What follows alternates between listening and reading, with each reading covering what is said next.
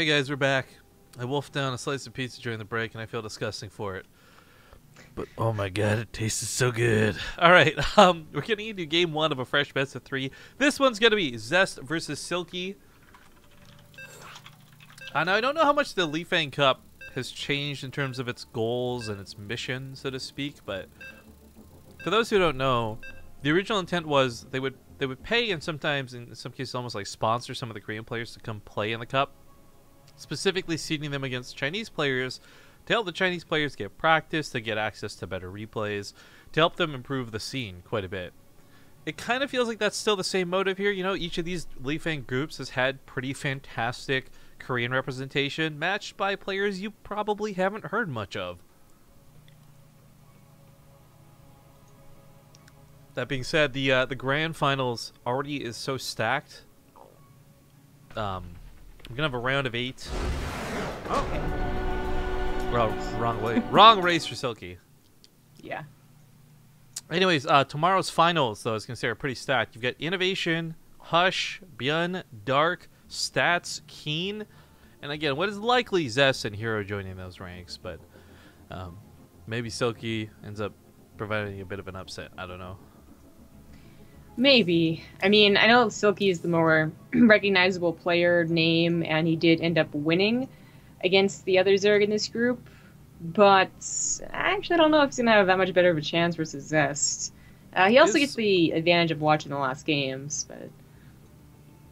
Is Silky, by the way, is this the same guy that used to be on Clarity or whatever, like, forever ago?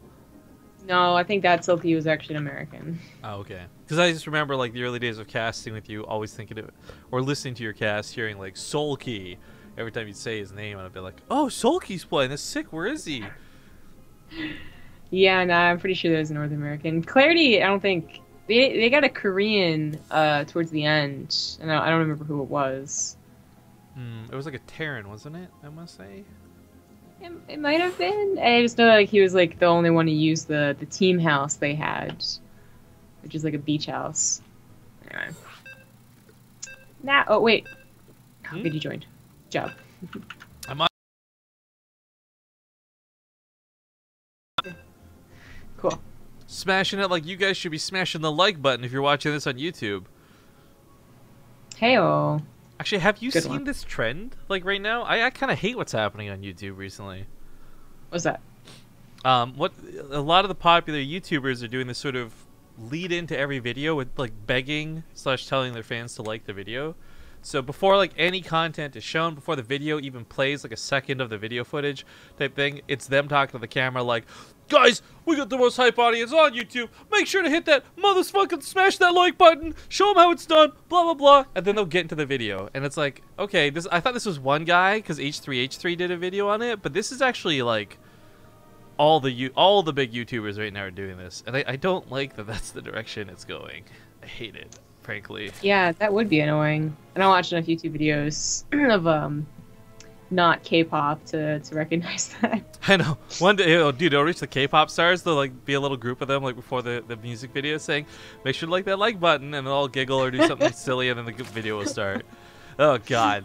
All right, well, make sure to hit that like button, guys. In the bottom right, it's gonna be the red Zerg player Silky, and oops, this is.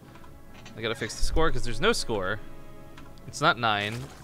Why is it not making the one go? Oh my. It's not a best of 9 1 to non-existent number for Zest. It's 0 to 0. Hang on. There we go. And Control Shift 3. Okay, bottom right. It's Silky. Go.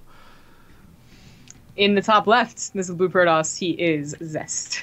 Pressed all the wrong buttons during my like rant. I figured. It's pretty good. It got real bad real quick, guys. I'm not gonna lie. But, well, this might be a fresh best of 3. As Zombie Grub said, Silky may have the advantage of having seen what Zest was doing, not just in the previous series, but literally every time we're seeing Zest in PvZ. He really is not varying up the build. It Right? doesn't require diversity. I mean, clearly it's working. And, I don't know. I feel like it can't be the only thing. There has to be a way around it. I'm sure Zerg players can do something right. I mean, Game 2 for Breaking worked out, for goodness sake. Yeah, so that's where I think you really get the benefit of watching the games. Like, you can know what someone does, and you can have a general idea as to how to defeat it, but to actually see someone kind of just deflect, and then like have a very, very good attack is a lot different. Now he knows, of course, Roaches, and then, well, maybe Hydras. Camera's gonna go on you for a second. I have to let my cat inside. I'm sorry, I'll be right back. I've been looking for all night. Yeah. So, like, you're gonna know that Roaches seem to be the best answer, which I don't think was anything like you'd really argue, but there are still Zergs who attempt to defend those attacks with Ling Baneling. I think Roaches are definitely the safer way to go no matter what. And then, of course, there's the whole, really, the trick is to not let yourself be scared of Zest. And that also helps that you saw someone around your skill level, maybe even a little bit worse, because for Silky beat breaking, actually defeat the guy. So that also, like, takes away, I guess, some of the, I don't know what you want to call it, but, like, kind of the celebrity status, like the god status. I don't know what you would call it, but yesterday we actually had Max, said, like, a huge fan of stats, I believe it was, apparently. Like, actually tell him, and I felt like I could feel that he was a little bit intimidated by, like, Senpai being in the game with him. Yeah, with stats, but anyways, I don't know what it is for Zest, but a lot of people like Zest. A lot of people do consider him the favorite to get out, of course, and he is just, like, super popular. Hero is still another favorite to get out, but oddly enough, Hero, despite, like, being very, like, charming, you know, the smiling and whatever, smiling assassin, just hasn't had the same results or the same, like, impact that Zest seems to have had in a while. Hero was very last year, am I right, guys? But anyway, Adept, as always, getting the scout in. Silky's trying to deny it. It's not too big of a deal here, but it is about that follow-up. So Twilight Council, Robo, I mean, this build is just, it's what he goes for. I don't, he doesn't even change it that much as far as I've seen in terms of, like, the actual build-up to a Dark Shrine. We saw two different, like, follow-ups, of course, so he can change his plan up, but when it comes to the initial build on two bases, doesn't seem to change drastically. So if he goes for the fourth gate, yeah, he does go for the fourth gate, and that's that. Now, Silky's doing something that's very, it looks secure, but it's actually pretty dangerous, I would say. So he's going for a really quick Hydralisk. You know, the third base is only just now coming down, and he was at 40 drones, I think, when that happened. This is a problem because Hydralisk aren't actually, like, technically fantastic in low numbers, especially against DTs, which, like, two-shot them, and you're just not gonna be able to get too many of them. Well, let's talk about what the problem is, right? It's not necessarily the DTs. Like, they're volatile, they're scary, but it is that warp prism. And maybe the thoughts is the queens can't quite pick it off fast enough, but the Hydras could. If this is the case, I think the DTs lose a lot of their strength and possibility for damage. Well, unfortunately, what happens is Zest is most likely not going to lose the warp prism, but if it does, then yes, it's absolutely perfect. If he sees that there's Hydras and doesn't lose the warp prism, he just comes back in with Zealots and Archons, and I'm not sure Silky will have enough Hydralisk to actually respond to that. That should He does have a lair, obviously, but he thought he could save it. Whoopsie. Oopsie poops. That absolutely was not supposed to happen. The Hydras would have been, at the very least, in position for the DTs, if not the Warp Prism, and they weren't. Ooh, Zest is going to follow up with a very quick follow-up here. So I brought up that he had different follow-ups last game and then the second game in the last series. You know, one was sooner than the other, but this is very soon, adding on those 4 gateways. He might still be able to afford a Nexus, but he wouldn't be, like, putting a lot of probes on it. And, of course, you know, Blink is not on the way either, so it'll be a very basic attack. But again, if he's looking to take advantage of the lack of units, like good units, but lack of units, then this could be a way to do it. So, I mean, what's kind of scary is, if Silky does this correctly, low amounts of Hydras obviously are not going to take on those Archons. But it's really only going to take 2 to 3 Hydras to pick off a Warp Prism. So maybe it's not about stopping the actual Archons for the harass. I love that he split up his units. 4 Hydras in the main. Lynx will distract the Archons. Hydras will kill the Warp Prism. Looking for that focus fire. Yeah, he wants it. He's not going to get it. And Zest is falling over the Stalkers now. Again, he might expand off of this, but this is just going to be such a, like, it'd be such a bare bones expansion, and it probably wouldn't even work. He's attacking with bare Stalkers against a Hydra count that initially was very low, but has certainly grown the past 2 months. There is the issue here where it's a supply deficit for Zest too. Like, the Hydras are good. These are, like, amazing units. Plus, he's got more of them. Like, this should go well for Silky, I imagine. Not altogether. This could have been the one opportunity for Zest to really take a good fight early on. His Blink is going to be his War Prism, but I just don't think it's enough. Like, no, the Hydras are shredding these units. They're like, they're really shredding these units. This was not even close to a fair fight. Yeah, I'm not completely sure as to why Zest thought this would be the best follow-up plan. I guess, no, actually, I actually don't know. Ooh, I like this. Could it have to be Stalkers? Couldn't he have, like, tried to expand and gotten Resonating Glaives or Charge? Because, of course, if he doesn't attack into Silky, Silky's attacking into him, and it's still a problem. There's so many Hydralisk. But I still wouldn't think that, like, attacking into it would have been the best move past a certain point. Past the point that Silky got, like, above 40 army supply, the Hydras would be really good then. Well, so this was a problem, though, because he had brought all the Stalkers across the map. Nothing was there to clear out the Overlord, to stop the creep. So this third base for Zest still isn't down. His army supply is not where it needs to be. I love the attempt to go for Warp Prism. I love the attempt to attack behind enemy lines, but I feel like Silky doesn't need more production. He can kind of win with what he's got. Now, when the Resonating Glaives finishes and there's, like, 2 more Warp-ins of Adepts, his army goes back to being kind of fragile, right? So that's, like, the scariest part, but Resonating Glaives is not done, and Silky is pushing into Zest's army and is just obliterating it. The Adepts didn't even shade in to try and get on top of the Hydras there. Hydras are such a problem in the game right now with their range. I mean, there's no real easy solution to this. GG. Silky takes game number 1. Yeah, and that early Hydralisk maneuver, which looks dangerous again, because you're only on 42 drones, can you really afford that many Hydras? Actually ends up working out. He lost the third base, but he wasn't even really using third base. Again, 42 drones. And he just added on so many Hydralisk. And I really think that Zest went for the wrong attack. I don't know. I mean, obviously, if you guys have been watching any of the casts, I have a pretty strong bias regarding Hydralisks, and a lot of them are because of the games we just watched, where they look so good, they look so strong, whether it's the fault of Zest or not. Like, they're just objectively really good units with 7 range. Yeah, that is true, and they're looking at changing that, of course, because they recognize it as a problem, but that definitely did not feel like Hydras per se. It felt more like... I mean, that was definitely on Zest. His follow-up attack was weak. It wasn't prepared with tech. There were certainly mistakes that were made, but I think that you still see the showcase of Hydralisk strength regardless of what Zest was doing. Either way, next map's going to be on Whirlwind. For me, it would be the ultimate balance wine, I suppose, if somebody like Silky... Again, this is a Grandmaster play. This isn't some random Korean.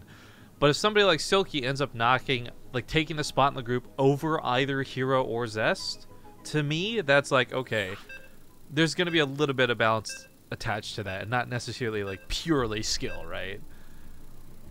I guess so. He would be the first Chinese player to actually win the group. If he took first place, that would be even more amazing. That would be cool. I don't think we're close to that territory yet. Zest is only merely down a game. This is a guy who comes back and plays even harder from behind, so... On Whirlwind, we'll see if he gets away with his shenanigans or not. Either way, spawning in the top left side for the LeiFeng Group D, it's going to be the light blue Zerg Silky. In the bottom left, as the red Protoss, he is Zest. So I think that the way they do the groups, round robin style, is not bad. I know that we've talked about and experimented with the idea of trying to do like round robin for Ting and stuff. But it does seem a little bit strange, I guess, because I'm thinking on it, well, I haven't been present for a lot of the group stage casts. Aren't there a lot of situations where the last game of the day might not even matter? Yeah, it's happened twice. Like, players could just leave, right? Well, no, like, it still matters for one of the players at the very least. So that's what happened in the first group. Like, the guy actually changed things up a little bit by taking... He was already out. Like, there's no way he was going to win, but the guy he was facing maybe was second or third, depending on how his map score went, against the final opponent.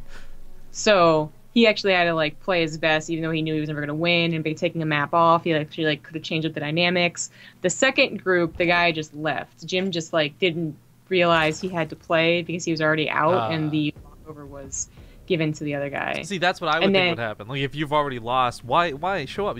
No point in playing that final game. Yeah, and well, the point is, like, basically you could be taking them out of second place and, like, you know, giving the third place guy actually a favor, basically. That's true. But then yesterday, it was a case where they were both fighting for that second spot in the very last best of 3 of the day. Okay. By the way, I didn't realize until someone made a sarcastic comment in chat, like, who's the genius that bet on Silky? The bets for this are 346 Partoofs bet on Silky. Close to 7,000 on Zest. So, yeah, if Silky wins this series, either one or two people are going to get an insane amount of Partoofs. Dear God. Regardless, we'll see how this plays out. The first lanes getting across the map really early are going to get a pylon pick off. Now, this isn't incredibly important to the wall. Zest is set up at the top of his ramp over here, but this kind of yields control of the natural, and frankly, Silky might even get to pick off the Nexus. I think with the Mothership core out, this is a waste on the pylons. In fact, he's losing. Even just one lane could have been the difference of killing the Nexus or not. This is quite scary. Speed is done, and 10 more lings are on the way, and Zest, he's got to be very careful with the units that he has. I mean, Silky does too, so I don't know why he'd actually do that, what we just saw. He went up against a Zealot and a Adept, barely a full surround, and you knew the Photon Overcharge was ready. That was, it was a choice. It's not just strange to do that choice, but it was strange to do that choice with more units intentionally on the way to back this up. Like, that could have, and really should have been a pick off on the Nexus, not wasted time on the ramp. Yeah. Like, the alternative is that the pylon gets the overcharge on the low ground, you just run away from it, but then you still have 20 lings to really threaten if the other units get in the low ground. With only like 10, it's not much of a threat, and Zest just calmly takes care of it. Yeah, Silky just wasted any potential he had to do anything. He's going to try and drone up now from behind, but, you know, him being behind was him putting himself behind. Not only did he waste the first round of lings, but he invested in another round that were wasted as well. Almost a third pair came out, and, you know, down 6 workers, no third base up. Like, this is on you, Silky. This is not on Zest. Yeah, I mean, it's possible that Zest still barely holds, even if Silky did everything right, but I definitely think there is quite a few things wrong. So, Zest, I mean, he's going to add on 2 gateways. He's not adding on a Twilight Council quite yet. I wonder if he's just going to try and go for the same builds, or mix it up and go for Stargate, for instance. Double Stargate, in fact. Whirlwind would be one of the maps to try and get away with this on, especially if you're going to go direction of Phoenix over Carriers. But more on that point in a second. I was just kind of watching Silky's natural there, guys, partially because I was scratching my back, but also because he's intentionally staying on 2 bases. So I really wanted to see if he was going to take that 3rd and 4th gas. Layer starting up over here. I mean, still nothing heading towards that 3rd. No 3rd hatchery on deck.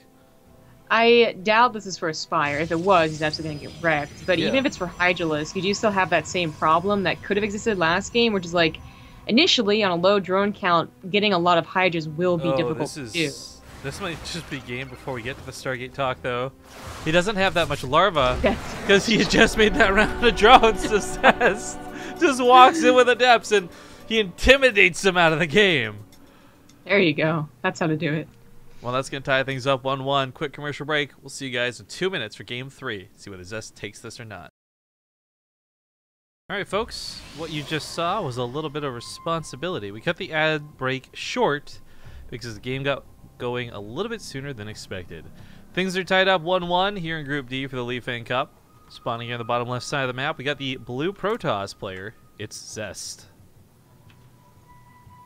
In the bottom right is the red Zerg. He is Silky.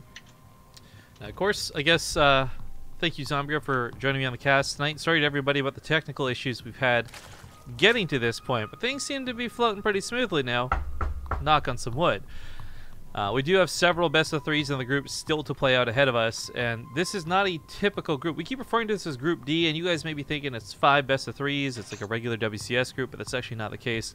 Round robin means everybody tries to play everybody, and I think it's 6 best of 3s, right? Correct. Nice. And sometimes that does mean the last best of 3 is unimportant, questionable for one of the guys, if not both.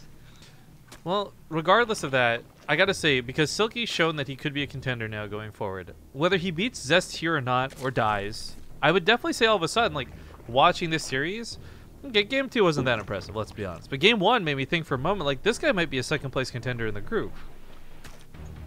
Yeah, could be.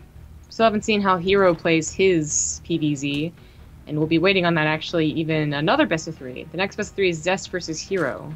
PvP. Yeah, that's a PvP I'm really looking forward to right now because, A, the last time we saw Zest play a PvP on the channel, he lost to Mana 2-0.